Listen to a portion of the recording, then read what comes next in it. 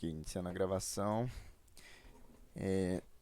Apresentação do TCC de Nilson Luiz Silva de Souza Júnior para conclusão do Bacharelado de Biotecnologia da UFBA, orientador professor Dr. Gilson Corrêa de Carvalho. Bem, o tema da apresentação e do artigo a ser submetido é o potencial contraceptivo do anidrido xereno maleico, que é o SMA, com sua sigla em inglês, SMA. Para introduzir o tema, falarei um pouco sobre o SMA em si. Bem, o SMA ele é o copolímero xereno anidrido maleico. Esse copolímero ele tem propriedades polieletrolíticas. E como é formado esse copolímero? Como ele é produzido? A partir da irradiação gama de monômeros de xereno e monômero de anidrido maleico. Monômero de xereno e monômero de anidrido maleico. Esses dois, após serem irradiados e haver a formação do copolímero, são dissolvidos então em uma proporção de 1:2 em um veículo solvente chamado sulfóxido de metilo. Pode ser utilizado o sulfóxido de metilo, mas podem ser usados outros solventes, que até então só se realizaram pesquisas experimentais, trabalhos experimentais, utilizando o sulfóxido de metilo e o PVOH. Mas isso vai ser tratado mais à frente. Então, após a solubilização desse copolímero com o sulfóxido de metilo, há a formação então do hidrogel de anidrido xileno maleico. Esse hidrogel ele foi patenteado há anos atrás, mais de 20 anos atrás, como RISUG, que é a sua abreviação aqui que podemos ver, RISUG. RISUG significa Reverse Inhibition of Sperm Under Guidance, que na tradução livre em inglês seria a inibição reversa dos espermatozoides sob orientação. Bem, então, como é que ele age? O SMA, né, quando entra em contato com espermatozoides, ele, devido à sua natureza, né, que é polieletrolítica, ele tem um efeito de diminuição de pH. E esse efeito de diminuição de pH acaba induzindo um desequilíbrio da carga superficial da membrana, do sistema de membrana, né, espermática, humana ou animal, que resulta no vazamento, então, de enzima necessária para a fertilização. Bem, eu vou mostrar isso aqui melhor na imagem aqui agora. Você vê aqui na direita, antes de eu olhar para cá, você vê aqui na direita um espermatozoide completo, na sua forma completa, uma representação dele. Na imagem aqui, você pode ver a mesma forma, que é o acrossoma, né? Cabeça do espermatozoide, aqui também, aqui também, aqui também. Nessa primeira imagem, na imagem A, você vê que há um certo borbulhamento aqui da membrana, né? Dessa membrana do espermatozoide, que é fluida. E após esse borbulhamento, você vê tá extravasando aqui, né? Há uma ruptura e liberação do tudo que está aqui dentro, o material que está aqui dentro, que são o que? Enzimas, que são utilizadas para a fertilização do óvulo. E isso acontece dentro de 25 minutos. Aos 30 minutos, a total degradação, tá vendo? Da cabeça, aos 30 minutos, quando ele entra em contato com o SMA, com o RISUG no caso. E você vê aqui que realmente ele tem essa ação de desestabilizar a membrana. E é assim que ele age, principalmente. A produção desse trabalho se deu devido à existência de poucas revisões que abordem o tema aqui no Ocidente, principalmente no Brasil. E ilustrar também o potencial do SMA como um contraceptivo viável, e vamos demonstrar essa viabilidade avaliando a eficácia, toxicidade, efeitos colaterais e reversibilidade. São os 4 pontos principais que são avaliados nesse trabalho. Bem, Sujoy Guha, ele foi um cara da Índia, um, um pesquisador que entrou com a patente do Risugi há mais de 20 anos atrás. Essa patente já quebrou, inclusive, já não existe mais, já quebrou, já expirou. E ele que está tentando introduzir o Risugi o SMA no caso, né? Esse copolímero como contraceptivo no mercado. É, há uma problemática que envolve a produção desse contraceptivo. No caso, o que incentivou a produção dele é essa problemática dos contraceptivos hormonais femininos. Há uma necessidade, né, de ter contraceptivos inovadores, seguros e eficazes devido aos efeitos que podem prejudicar a mulher, que são causados pelos contraceptivos femininos. No caso, os contraceptivos hormonais geralmente são associados a obesidade, trombose, hipertensão. E os não hormonais, como o DIU, por exemplo, podem causar gravidez indesejada, anemia e cisto no ovário. São grandes preocupações da utilização desses contraceptivos femininos. O Woman's Burden, que é essa frase que foi colocada aqui, é basicamente o fardo da mulher, né? Que é o fardo que a mulher carrega. A mulher já carrega muito fardo. É, inclusive, o que é tratado aqui como um fardo é a questão do planejamento familiar. Não podemos colocar toda a responsabilidade do planejamento familiar sobre os ombros das mulheres.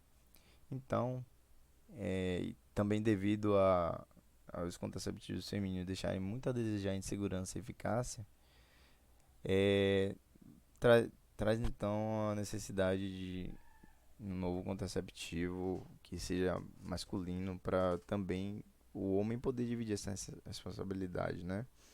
De decidir na, e ajudar na prevenção da utilização de contraceptivos femininos pela mulher. Então, também outra coisa que incita muito a produção desses trabalhos são as projeções demográficas da ONU. Essas que estimaram, né, que até 2030 podemos ter 8,6 bilhões de pessoas no planeta Terra, em 2050 9,8 bilhões e 11,2 bilhões de pessoas em 2100. O que hoje a fome já é um grande problema no mundo todo. Em vários países, pessoas passam fome, Venezuela, África, no Brasil, inclusive. Mas isso seria devido à falta de alimentos, que não há uma produção de alimentos suficiente? Não, não é devido a isso. É, foi apontado que a literatura nos diz, principalmente, que o que faz com que haja fome no mundo não é a falta de alimentos, e sim a relação entre o consumo e a distribuição desses alimentos. Muito alimento é consumido, porém é mal distribuído. Muitas pessoas, algumas poucas pessoas têm acesso a muitos alimentos, e enquanto muitas pessoas têm acesso a pouco alimento ou nenhum alimento. E isso é o que causa maior problemática. A necessidade também traz como problema o que incentiva também a produção desse copolímero é a necessidade de métodos não hormonais que sejam facilmente reversíveis, que não tenham resposta autoimune e que também não causem problema na próstata do homem, que seja um procedimento menos invasivo e doloroso, que tenha um menor custo e que a recuperação seja praticamente instantânea, são todas as características do SMA, como contraceptivo, basicamente isso aqui. está listado. É, ele é facilmente reversível, como mostra nesse artigo aqui. É, ele mostra que realmente a reversibilidade é, no canal deferente foi obtida utilizando o bicarbonato de sódio, que provou ser uma alternativa efetiva para a reversibilidade do, do composto, né, utilizado, né? A resposta autoimune ausente também, você pode ver nesse artigo aqui, que ele fala sobre a resposta autoimune desse contraceptivo. E ele mostra nos seus resultados que não há nenhum tipo de resposta autoimune pelo SMA. Problema da próstata ausente, esse estudo aqui, utilizando uma ressonância magnética nuclear, mostrou que não há diferença significante na concentração de citrato entre os grupos, o que indica que a próstata não é afetada pelo contraceptivo.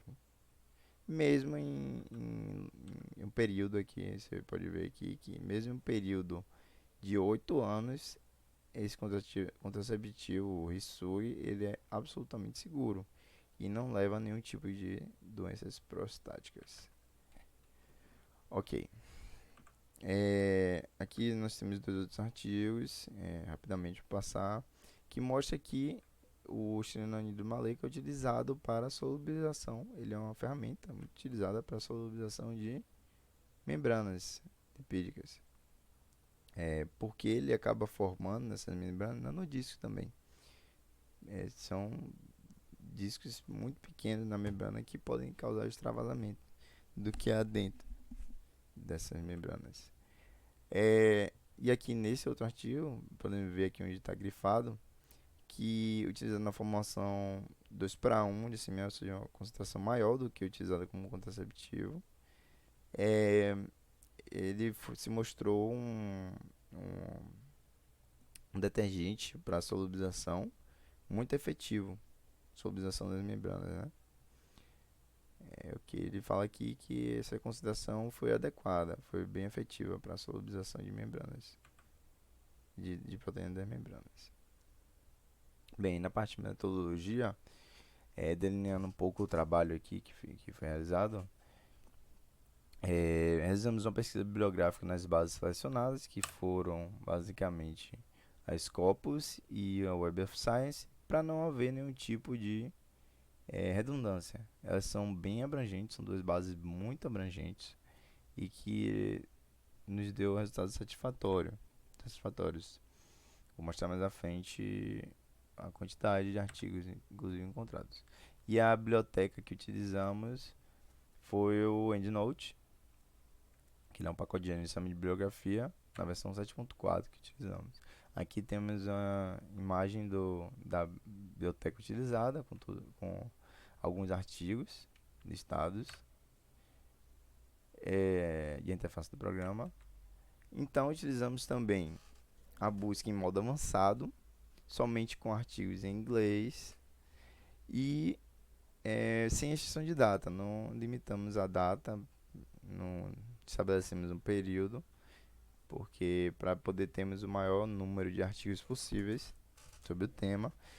E, além disso, realizamos uma busca complementar no ResearchGate, que encontramos artigos muito bons nessa base, inclusive.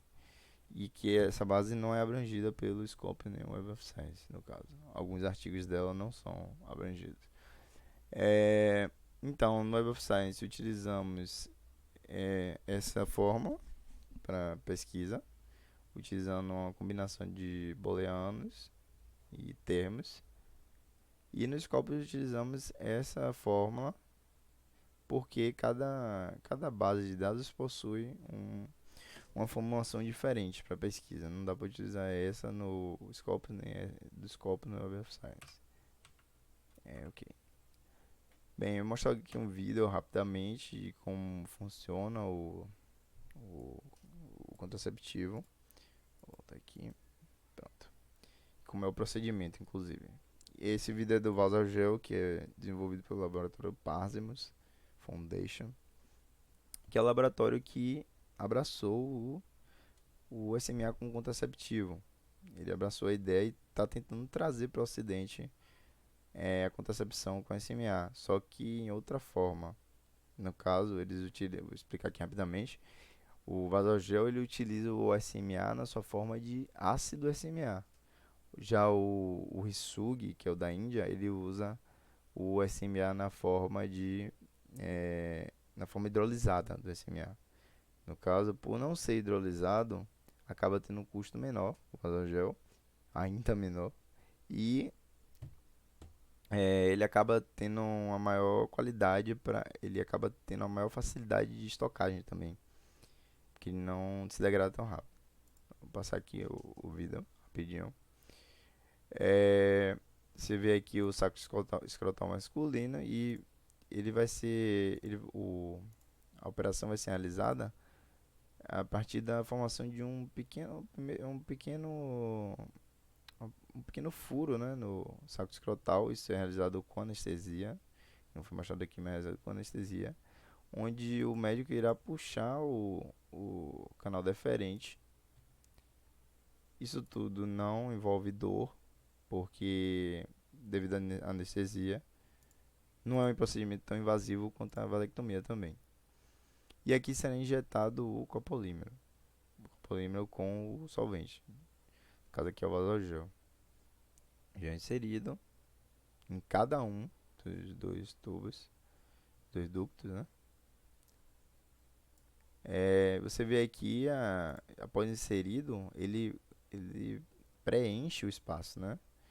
Porém, em uma vista mais detalhada, você vê aqui as paredes aqui é essa linha branca, são as paredes do ducto. E o gel ele fica aqui no meio, tá vendo? Ele fica aqui no meio e ele deixa uma brecha, pequenas brechas. Mas essas brechas é muito difícil passar o espermatozoide, é raro passar. E quando ele passa, ele entra em contato com esse SMA do mesmo jeito e morre após a passagem. Ele acaba tendo aquela desestabilização da membrana. E isso, inclusive, essas brechas ajudam devido a causa que ele acaba não formando uma pressão, o gel acaba não exercendo uma pressão no tubo de forma a danificar, por exemplo, a, a sua próstata. É, que isso poderia acontecer no caso de uma pressão a ser exercida no tubo, na ejaculação, poderia inchar realmente o tubo, né? Podia causar uma pressão totalmente no corpo. Então os espermatozoides que são bloqueados, eles são reabsorvidos pelo corpo, não, eles não ficam presos aí, mesmo os que passam. Então ele fala aqui que o vasogel ele ainda permanece viável mesmo por 10 ou mais anos. Até mais de 10 anos você pode ter a sua contracepção reversível, a qualquer momento você pode reverter, que é o que ele está falando aqui, e restaurar completamente suas funções naturais de reprodução, por exemplo. Ok. E isso aí aqui ele está mostrando como é a reversão.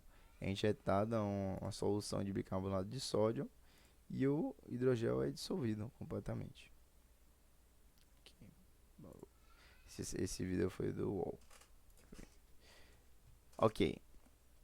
Alguns indicadores que utilizamos durante a pesquisa foram esses são mostrados aqui. Cada artigo que selecionamos foi analisado com cada um desses indicadores. No caso, o autor, nós organizamos de forma a ficar tudo dentro desses parâmetros aqui. E a partir dos resultados obtidos, desses dados que obtivemos, nós podemos fazer nossas correlações. Variáveis medidas, esses que estão com S barra N, sim ou não. No caso, artigos que falassem sobre a que abordassem a toxicidade. Ele fala sobre a toxicidade, sim ou não? Ele aborda a toxicidade, sim ou não? E geralmente a gente separou mais pelos que eram experimentais ou não, que como está mostrando aqui, experimentais ou não. Ok, resultado de discussão, na parte de resultado de discussão, nós analisamos 224 artigos, foi o N que obtivemos após a pesquisa realizada nos bancos de dados, e o período que conseguimos artigos foi entre 1979 e 2019. Não teve nenhum artigo antes dessa data, de 1979. Então, realizamos uma triagem e descarte dos artigos que não abordassem o tema. No caso, o tema seria o SMA como um contraceptivo. Se não abordasse isso, ele seria descartado da seleção. Desses 224, foram selecionados 60 artigos, que foram só os artigos que abordaram o tema. Foi a quantidade que sobrou. Sendo que desses 60, 47 foram trabalhos experimentais. No caso, foram 17 experimentos com humanos e 30 com humanos ou com o espermatozoide humano e 30 experimentos de avaliação de eficácia utilizando animais. Dentre esses experimentos, os experimentos em animais que avaliaram a eficácia, 5 foram com coelhos, 15 com ratos, 10 com macacos, um total de 30. Reversibilidade, 4 com coelhos, 11 com ratos, 6 com macacos, total de 21.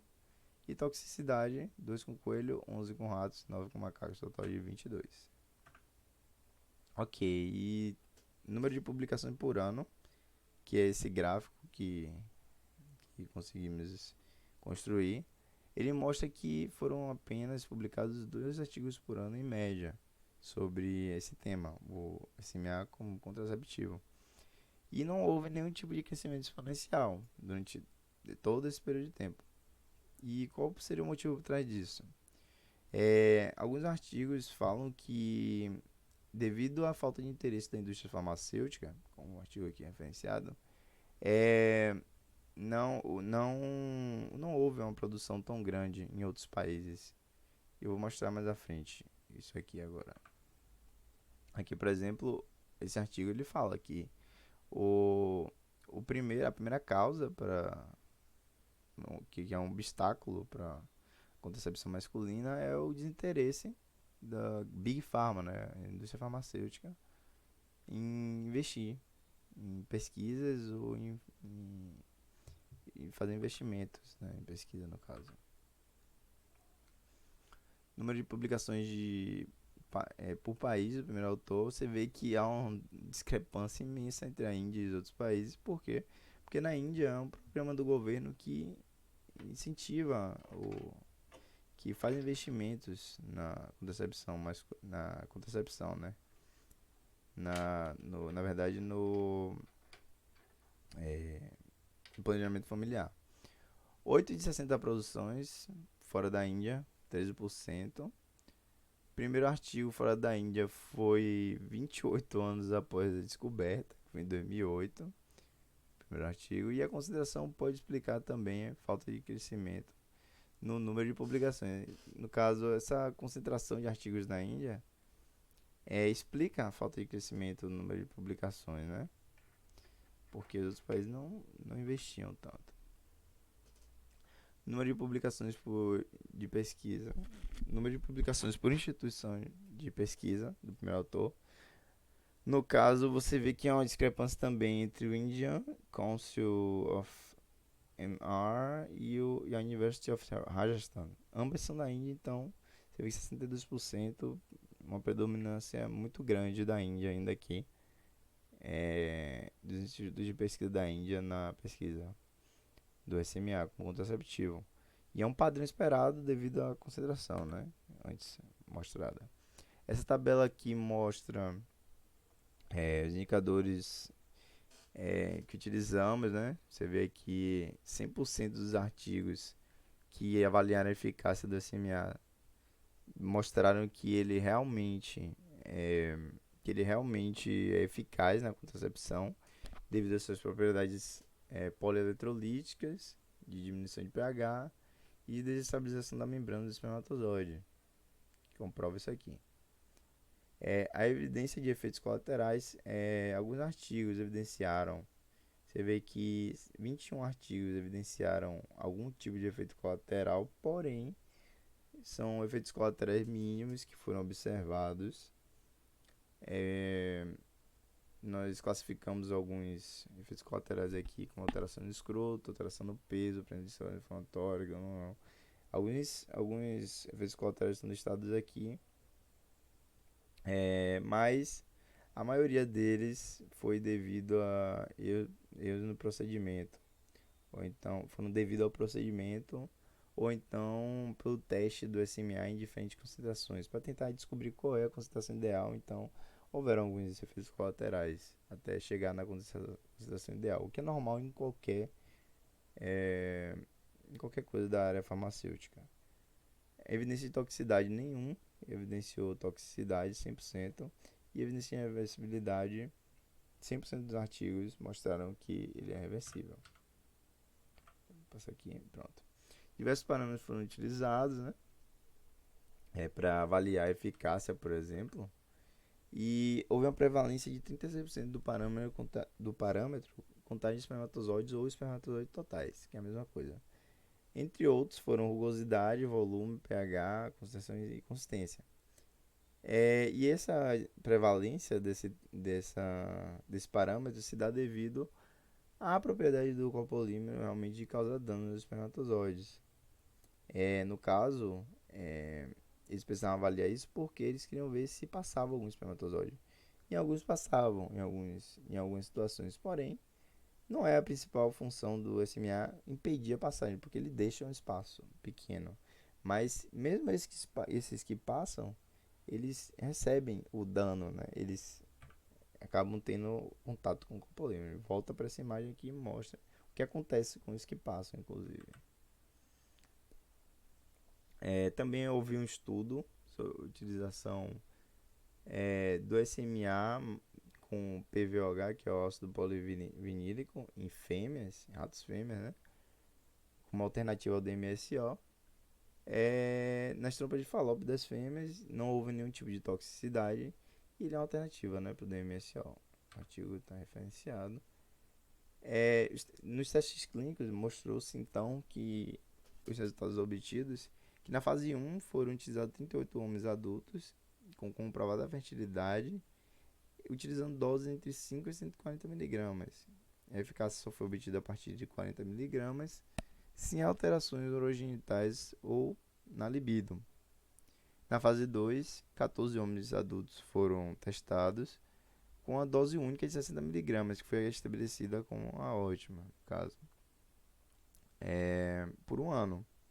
Então, a libido permaneceu inalterada durante todo o período do estudo e a eficácia do SMA também foi mostrada. Nenhum dos homens que participaram deu origem a um filho, conseguiu ter filhos, no caso, com suas companheiras. E aí, para concluir o trabalho, então, percebemos então que a eficácia em todos os testes que mostravam que utilizavam concentração adequada, o SMA mostrou-se eficaz e ele se mostrou reversível também em todos os testes realizados, e a toxicidade também permaneceu ausente. Os efeitos colaterais foram mínimos em todos os testes, além de não ter toxicidade, né? E a grande concentração na Índia se deu devido à falta de investimentos. Foi o que podemos observar com os gráficos que podemos ver. Não tem outra explicação para não ter um aumento exponencial nas pesquisas por esse contraceptivo, senão pela falta de investimentos. E foi o que foi mostrado aqui. Referência utilizada esse daqui. Uma boa noite.